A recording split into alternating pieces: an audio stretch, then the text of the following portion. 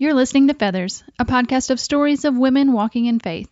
I hope these stories inspire you and encourage you to take flight in your own faith. I'm your host, Amy Bennett, and this is Season 9, Episode 16. Feathers is an outreach of Abiding Ministries. Find more encouragement at abidingministries.net.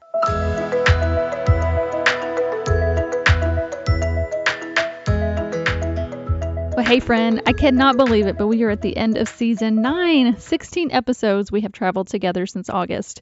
We have had such a fun array of folks this season. We had singer-songwriter Ellie Holcomb, founders of nonprofits like Jessica Honegger with Noonday Collection and Bethany Tran of the Root Collective. We've had powerhouses like Autumn Miles. By the way, I've gotten so many comments in person about her episode. She definitely made a big impression, so check that one out. We've had one of my in real life friends, Kathleen Cope, and so many more wonderful guests. And I just want to say thanks again to those that have come on for being brave and sharing their story. And of course, thank you to you guys for traveling this road with me. I know every week God always speaks, and I am better because of our time together. But before we say our goodbyes, we actually have to get to our final episode. Today's conversation is with Katherine Clark. She experienced a life-changing trauma several years back, but has made what her doctors called a miraculous recovery. I can't wait for you to hear the story, so let's get to my conversation with Kate. Hi, Kate, and welcome to Feathers today. Oh, thank you so much for having me. It's a pleasure to be with you. Yes, I'm so glad we've been able to talk. How about we start off, you can introduce yourself and your family. Sure. Kate Clark. The book is actually under my title of Katherine Clark. I am a mom of 2 kids. My son, William, is now 17, and my daughter is 14, Gwyneth. And my husband is actually a professor. He teaches theology. All right. So education family. We do love books and things like that. So yeah, we love to talk books here, which is fun. Awesome. Do you guys still do like family reading or no? Well, I guess your kids are a little bit older now, so.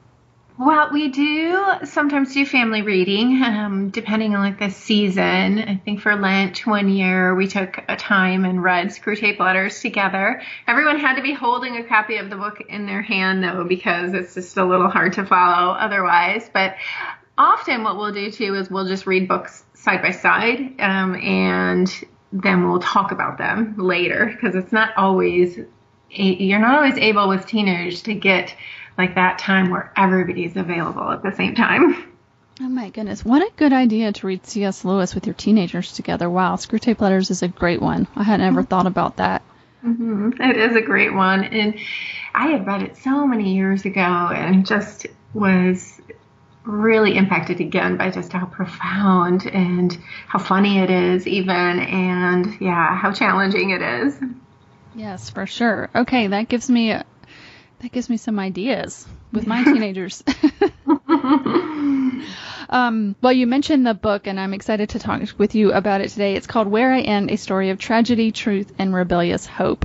And really, it's a miraculous story, and it's just been, I finished it over the weekend and just wowed about all that has gone on. And I'm excited for you to share it today, because I think it's really going to bring some, just like it says, hope to some people, whether, they've been going through something difficult or, whatever it is. So I would love for you to just step back and tell us a little bit about what happened. Sure. So, Amy, I woke up on this Friday morning a few years back, and it was just this really glorious, beautiful day. I just had a happy heart. It was Friday, so I was excited about the weekend. On Fridays, my daughter, who was then 4, we would go together. We would trek up to my son's school, and at lunchtime, we would read stories, or I would read stories and poems to the class, and she would share a desk with her big brother and, eat lunch with the first graders. And it was the last Friday of the school year, so, I was just feeling a little blue about saying goodbye to those first grade friends. And so we made this spontaneous decision to go to the playground and gather with the kids during their recess time. So my son kind of immediately disappeared into a field behind the school, in search of anything that kind of crawled or slithered. And my daughter found a friend to push her on the swings, and I had a couple little girls hanging on me. And so I just suggested this game of tag. And, anytime an adult enters into a game like that with a group of kids, before you know it, everyone is chasing you. And so I'm on this playground, despite my jean skirt and flip-flops, I'm just, kind of beating these kids at their own little game. I'm having a really just fun time with them. And unbeknownst to me, however, as we were just whirling about the playground, there was a boy who was climbing this large play structure full of slides and tubes. And he gets to the top of the very apex of the structure, and there's 3 slide options, but he's not tempted by any of them at that day. And he kind of makes this ill-fated decision. He decides to climb over the protective barrier. And just as I was running, he bounded into the air, and his sneakers crashed on my head. And the two of us just sort of fell to the ground together. And he shattered his elbow, and I was paralyzed from the neck down. Mm. Right. Oh my goodness. So you were just lying there, unresponsive. Did the kids realize, or did you even realize at first what was going on? I knew right away, something is very wrong, because I can hear things going on, and I can't calm myself to do anything. I'm lying in the wood chips, and I can hear the boy screaming that his arm is broken, and I can hear a little girl screaming and telling him to get off me, and I didn't even know he was on me.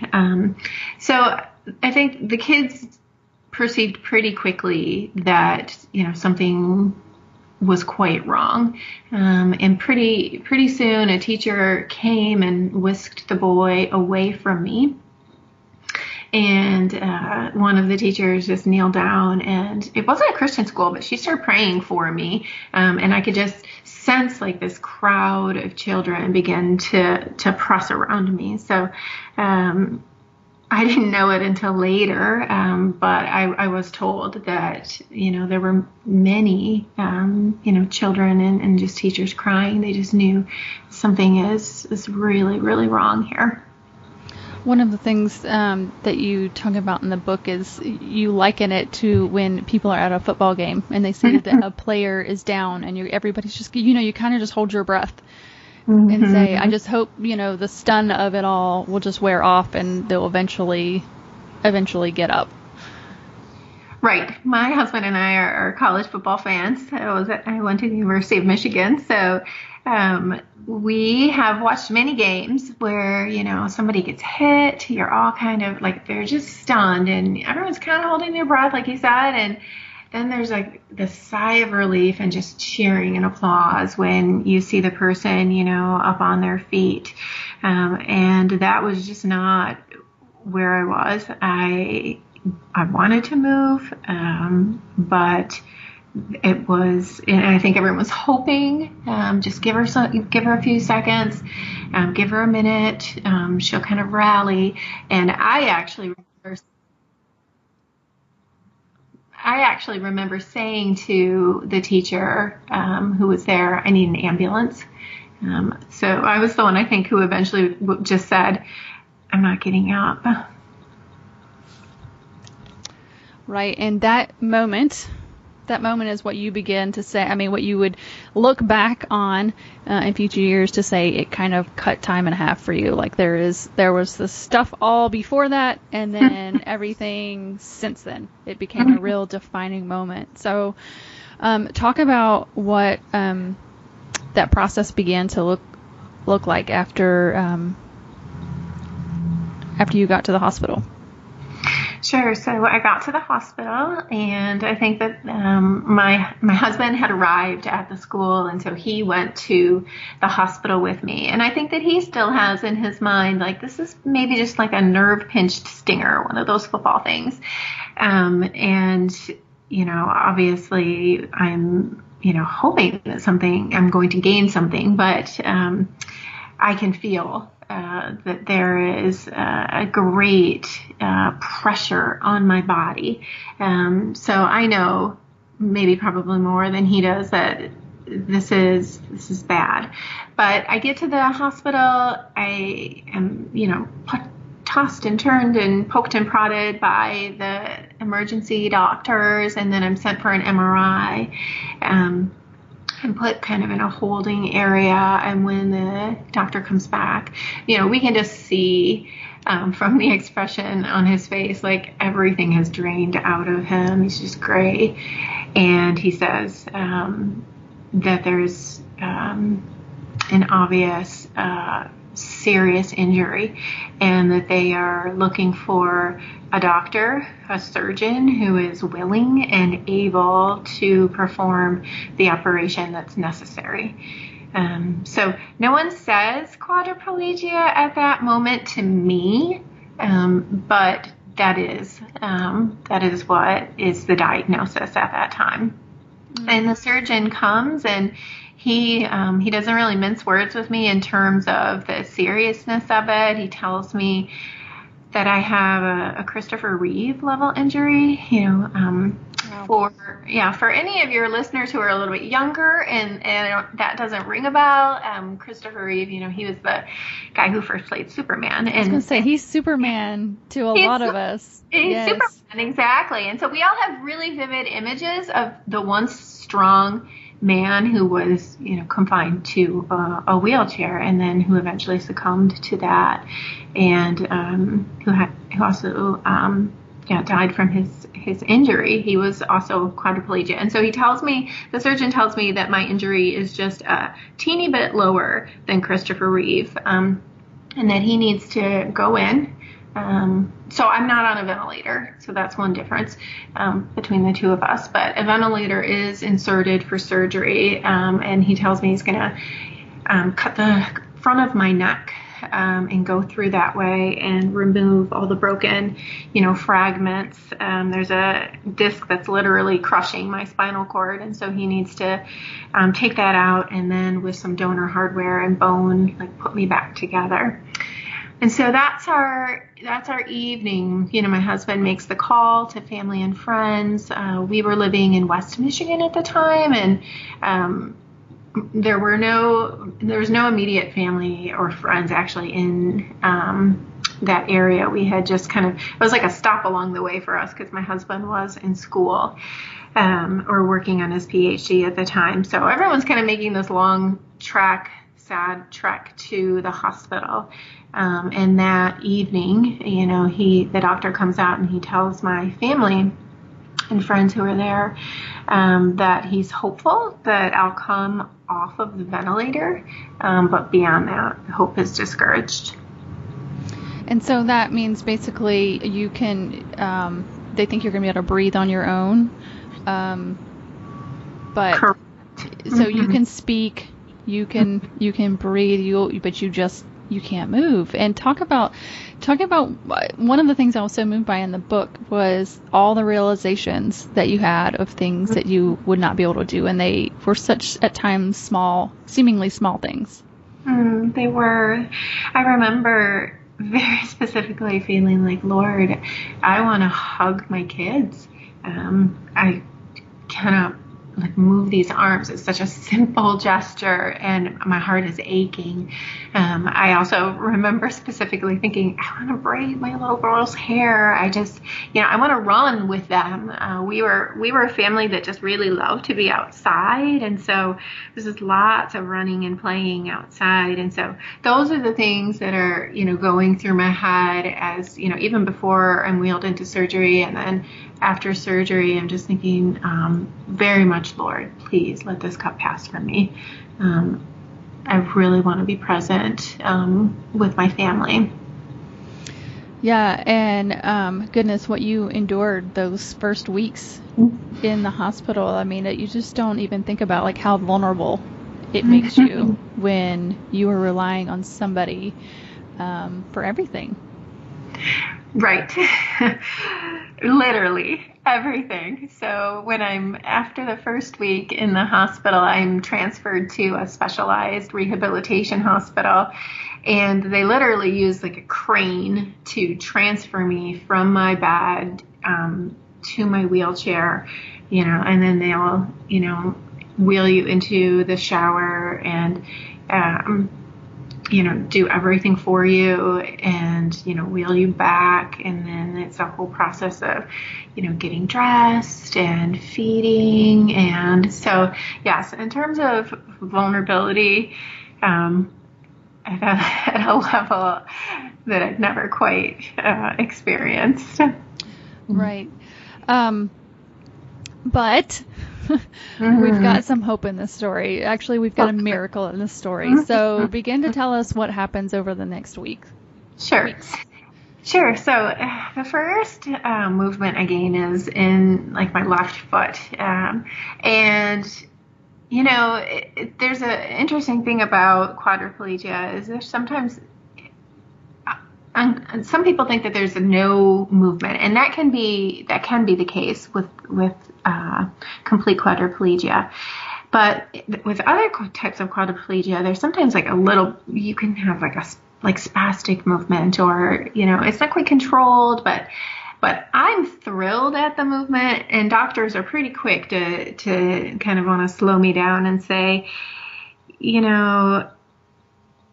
don't get your hopes up. This isn't probably what you think it is. But we are rejoicing.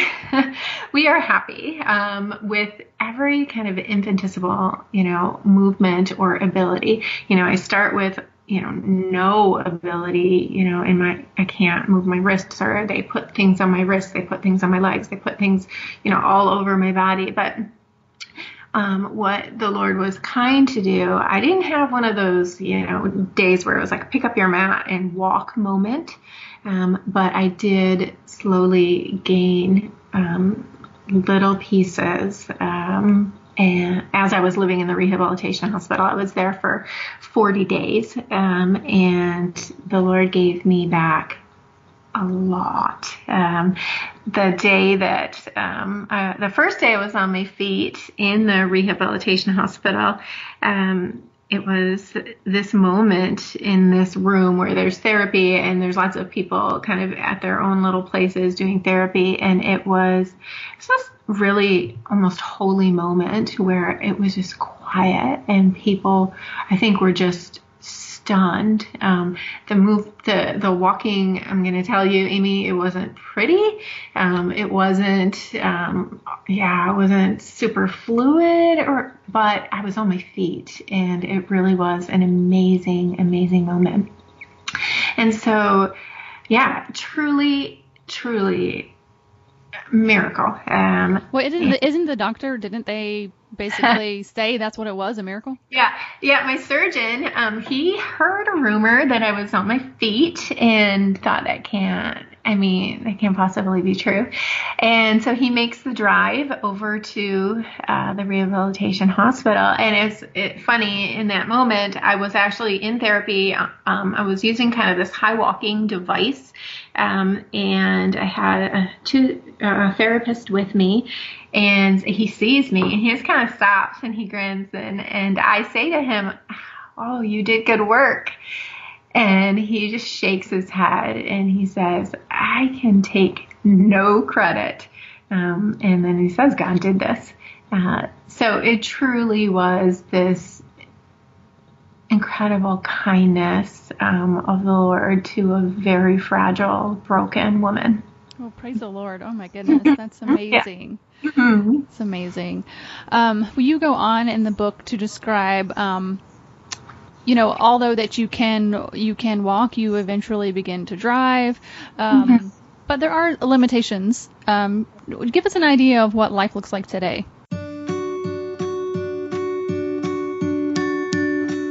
Let me interrupt this conversation for a moment to thank Dayspring, our exclusive Season 9 sponsor. So we are coming up on Christmas, and I can't think of a better time to consider gifting someone close to you with a new Bible. Dayspring has several Bibles on their website, but the two we have highlighted this season are the Encourage Women's Devotional Bible and the Illustrating Bible. The Encourage Bible features the CSB translation of the Bible along with hundreds of devotions and reading plans right with the Bible. I am so honored to have two of them included in there. The other Bible is for the Bible journaler in your life, called the Illustrating Bible. It is spiral bound, so it can lay flat, and it has extra wide margins for the journaling, and whether that's just notes or something super creative. And you can get both of these Bibles at dayspring.com. Sure. So I was raised wounded. It is a good way to kind of say it. I have, like I said, a lot of abilities. I can do a lot of things, but there are everything technically from the neck down is still broken or feels broken. So my hands, I can't really quite feel them. And I have like this buzzing kind of sensation actually throughout my body. There's like this nerve pain. So anything fine motor is really challenging. Zippers, opening Tupperware. It kind of feels like maybe if you put mittens on your hands and then tried to do all the things that you needed to do in the day. It's challenging. As I said, I can walk. It's not always like a conscious, or it's sometimes something where I think, I wonder if this looks normal. Like it's just not, quite, the rhythm that it used to be. I have just some challenges in my muscles. So I have like muscle spasticity, things like that. So between the nerve pain and the muscle issues and just the loss of sensation, there's a real brokenness, a woundedness still. And so I live in this middle place where I'm incredibly grateful because I know what it feels like not to be able to do anything for myself. And yet I can also grieve. I can put those two things together because there are things that I can't do. I can't run, there's limitations, and so I can live right in the middle of that my body isn't what it was meant to be. And so I live right in the middle of this gratitude and grief, but not a grief without hope, a grief that is incredibly just glad in the Lord, and knowing that Jesus Christ also was raised wounded. I'm in pretty good company. So good. One of the things that you talk about, of course, going through something like this, you can always ask why. Why would a little boy, just happen to fall right where I was on that playground? Why was I even there? And then you ask, well, then why was I healed when so many other people around me in the hospital weren't? Like, why am I different? And one of the things I love that you talk about is that maybe asking why is the wrong question. So talk to us about how you've kind of resolved that for yourself. Well, I love the Psalms. The Psalms are full of just a real lament and real like why. But what you notice in the Psalms is that they don't ever end with just why. And I think that they always end with turning to the Lord and turning your gaze to Him and reminding yourself of who He is, and reminding yourself of who you are in Him. So the problem I perceive with the why question, at least one problem, is that it really turns your gaze inward. And that's just a place you don't want to be, because it becomes like this maze where there's just no clear way out, and you can really, really start to despair. That's typically what happens when you turn your gaze inward. And I think that instead of, when we do that, we don't get to the place where we're asking, to what end? Like, Lord, there are things in our lives we don't know why they happen. This side of heaven, we're probably never going to know. That's maybe not the right question. I love when you read the Gospels, often when, people ask Jesus questions, they're not the right questions. And so he'll like turn it and he'll say something. And at first reading, you'll be like, why did he say that to that question? Well, the questions are often, maybe not the right questions. And so I think that, what we're looking to know is, how do I gain the Lord in this?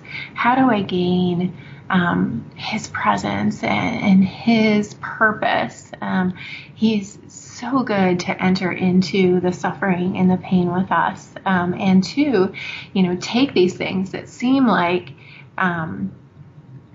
they're just horrible and nothing good can come of that. But he is just the beautiful one who takes what seems really ugly and unredeemable and turns it on its head and makes beauty and goodness come forth from what the enemy would seek to destroy us with. He's often able to just come in and swoop in and bring us into, a significant, real, true participation in his life. Well, it just reminds me, we're in the Christmas season. Christmas is upon us. And, I was reading through one of Ann Voskamp's Christmas devotionals, and she was just talking about how, reminding us just how the biggest evil, which is the death of Jesus, an innocent person, not just person, but God, he creates the biggest blessing from that. But one of the things that I love that you talk about in the book is that we can't diminish the fact that evil is evil. Yes. And, and you talk about, thanking God for our circumstances and how we have to be careful to make sure that we do call evil, evil and good, good. Yes. I think that this is a stumbling block or a place where sometimes Christians can be confused. Sometimes we think as Christians, like we have to be thankful. We have to be, and what that looks like is being, optimistic or being positive. And the truth is, there are things that are just evil. I'm not thankful for cancer. I'm not thankful for, circumstances where in a moment your life is catastrophically changed. These are things that are not good. When we think back on the story of Joseph and his brothers, at the end of it, God doesn't say, this was a good thing. He specifically says, they meant this for evil. And he's able to take evil and turn it on its head and produces good.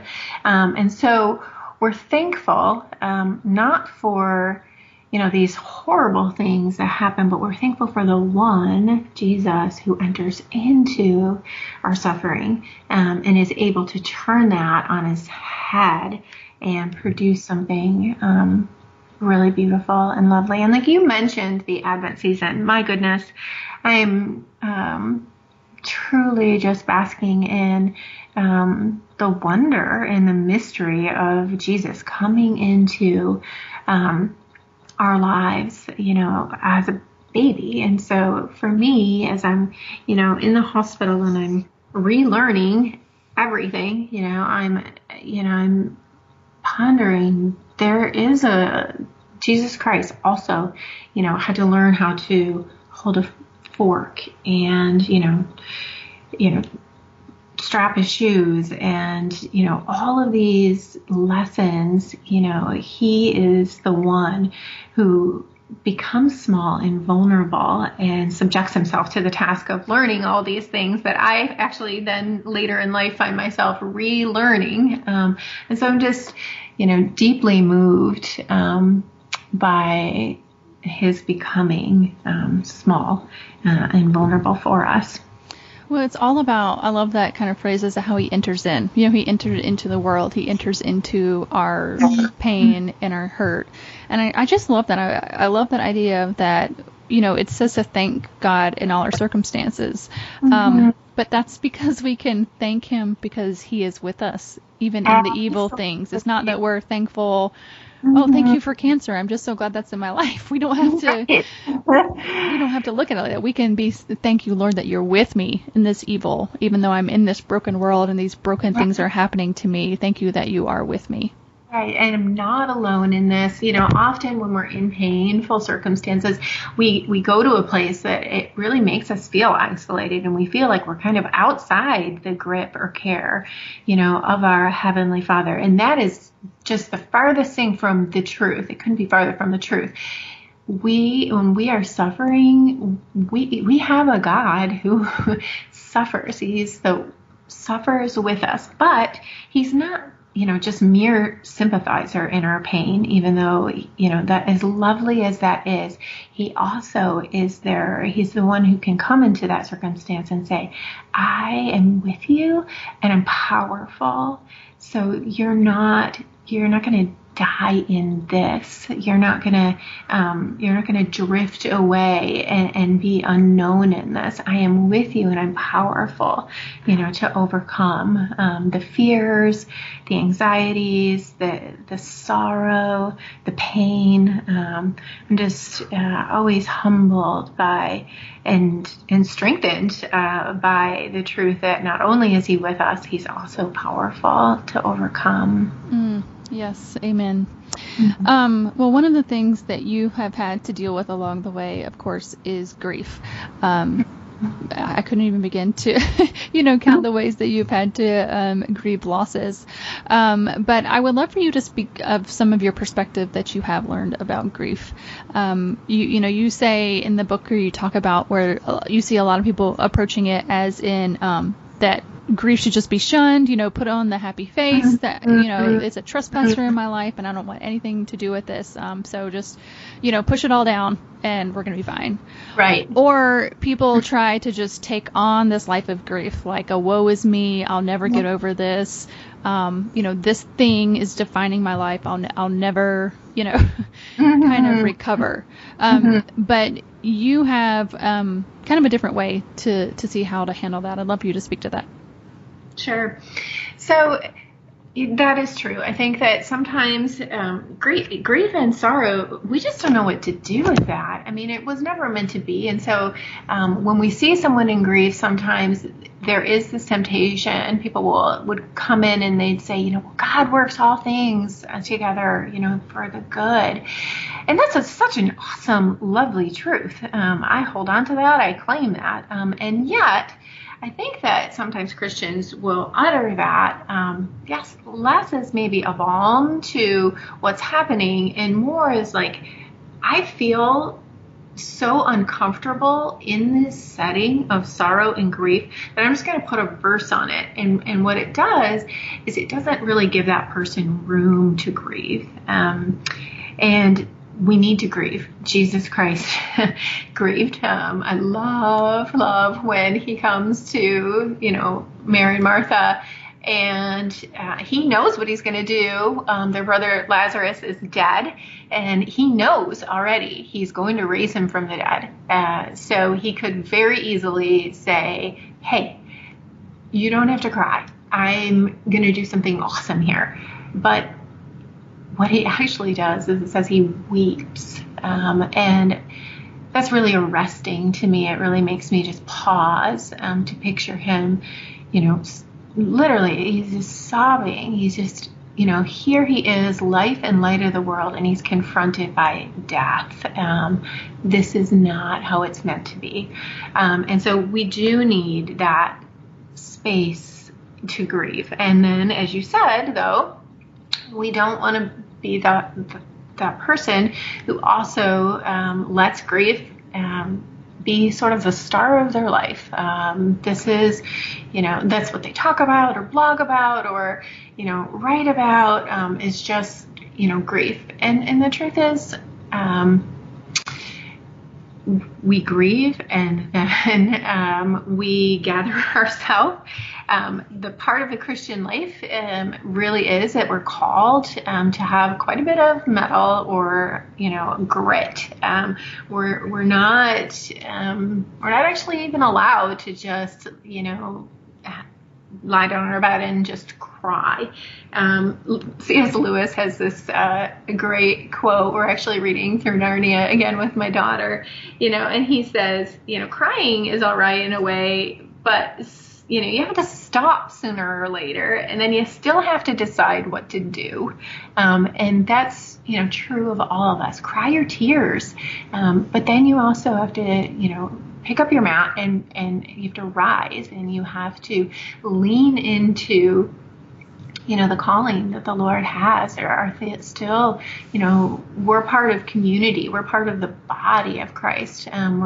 We don't live apart on our own. We have real necessary, connections to the people that are in our lives. So we don't actually. It's funny. Sometimes people would say to me in radio interviews when I first started with the book, and they would say, "Well, how did you keep hoping, or how did you persevere?" And for me, I just felt like, well, was there another option? I'm a Christian. I'm called to. I'm actually joined to Jesus Christ. And so I have everything that I need to be one who grieves, but also one who has joy and strength in him. That's such a good word. I was actually going to ask you that. And actually, maybe if you want to speak to it, my heart is with the person listening now. If they are going through a time of grief or suffering, or even like you who have, long-term issues to deal with, what would you say to them of how what you've learned about faith and maybe perseverance? Well, there's this great verse in Nehemiah that says, "The joy of the Lord is our strength." And it seems counter to if you're suffering because you feel maybe like there isn't a lot of joy in your situation right now. But what I love is that when you're joined to Jesus Christ in faith, you have all of the fruit of being a part of who He is, and so we actually have joy, because we have Jesus Christ. So even if we don't feel, like we're joyful, we have Him. And so there's this great, you had mentioned earlier that you're surrounded by snow. And I love the rhythm of the seasons. I think that that's such a gift of the Lord. Here we are. I can look out my window. I can see that things are dying or they're dead. And I'll get to this point. I'm in the Midwest, so I'll get to this point where it's like February or March, and we'll start to feel I feel like this is a heavy, oppressive, everything is dead. Everything is cold. But what we will soon find in April is we'll start to see these little sprouts. And what I love about that is that God is at work there, even when you can't see it, beneath the ground, He is doing something. And that is what we can really, truly hold on to. Beneath the sorrow and the pain, there is joy. I love also, it says that looking to Jesus, the founder and perfecter of our faith, who for the joy that was set before Him endured the cross, despising the shame, and He's seated at the right hand of the throne of God. Jesus has to go through the cross, and He does it for the joy that was set before Him.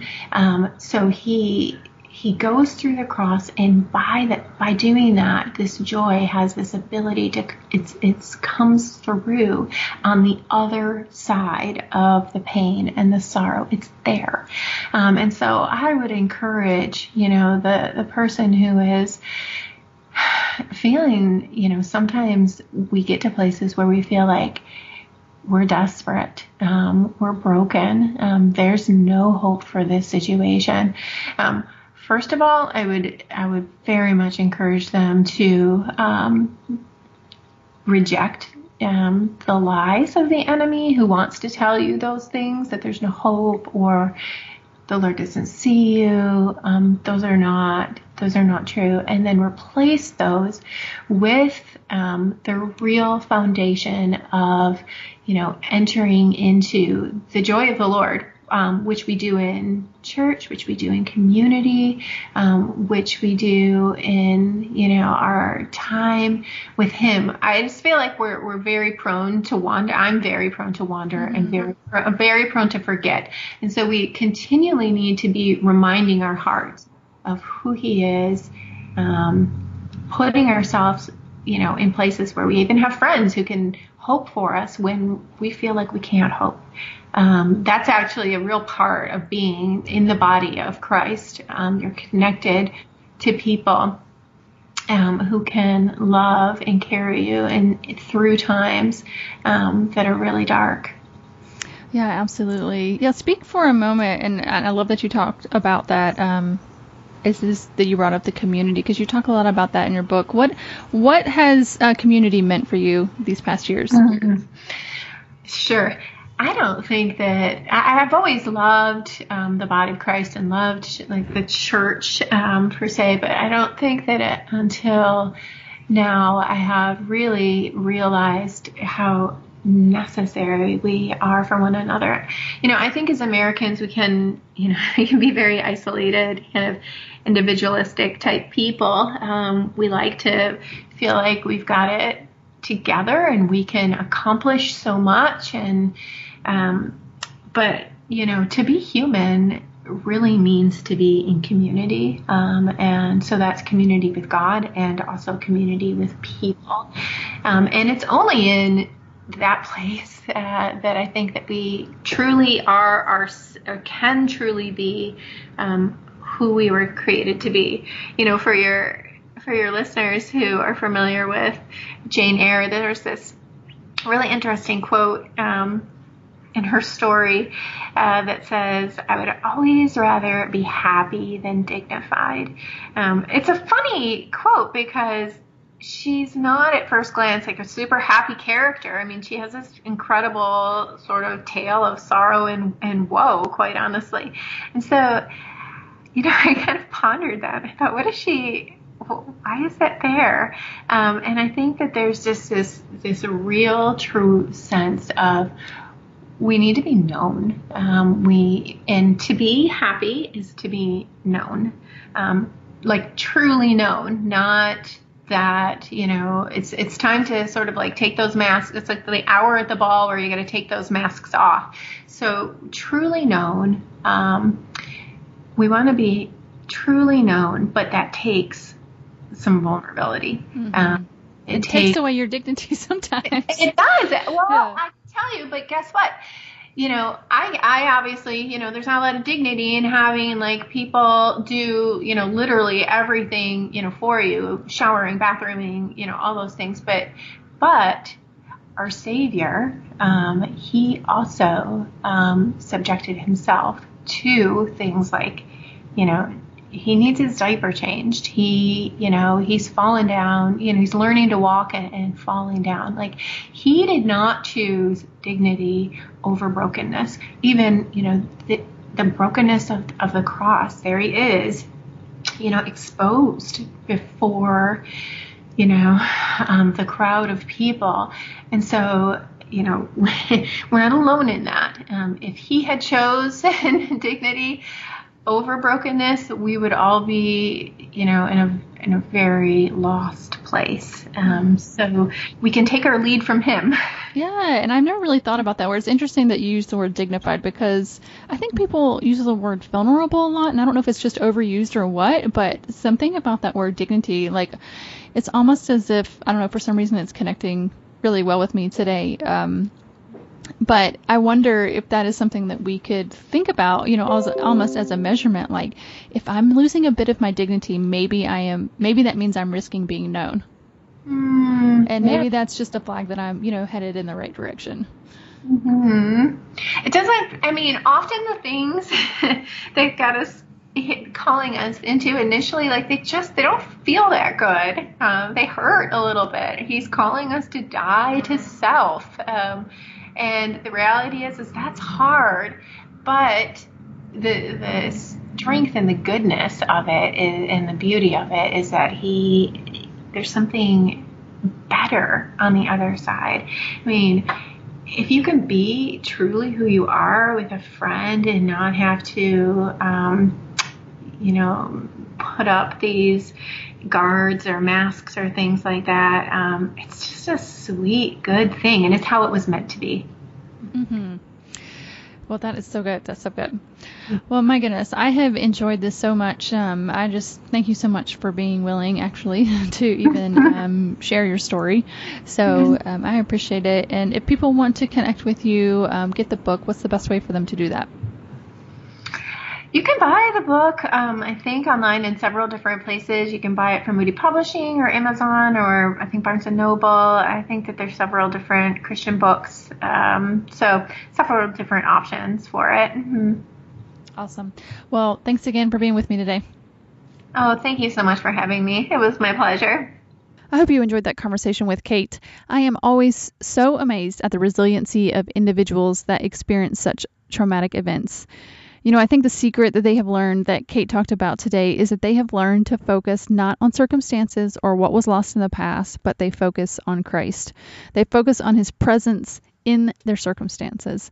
And I think that's such a good word for us all as we wrap up this season. Maybe God is calling you to take that big leap of faith, or perhaps you find yourselves in a situation like Kate's where, you're really just blindsided, that we would remember to focus on Christ. He is our guide, he is our shepherd, he is our comforter, and he is our provider. And I return to the verse that helped inspire this podcast, Psalm 91:4. He will cover you with his feathers, and under his wings you will find refuge. As we walk this journey, no matter what our next steps look like, whether we take it or it is taken for us, we are covered. We are never alone, and we can persevere. When we are relying on Christ, we can know that what we are doing is building God's kingdom and bringing glory to him. So, friend, this is going to wrap up season 9. Per usual, I don't have a date scheduled for season 10. Please keep connected through social media accounts on Facebook and Instagram. The accounts are Abiding Ministries on both. You can also get updates in email if you sign up on our site, abidingministries.net. All right, friends, thanks again for listening, and we will see you next season on Feathers.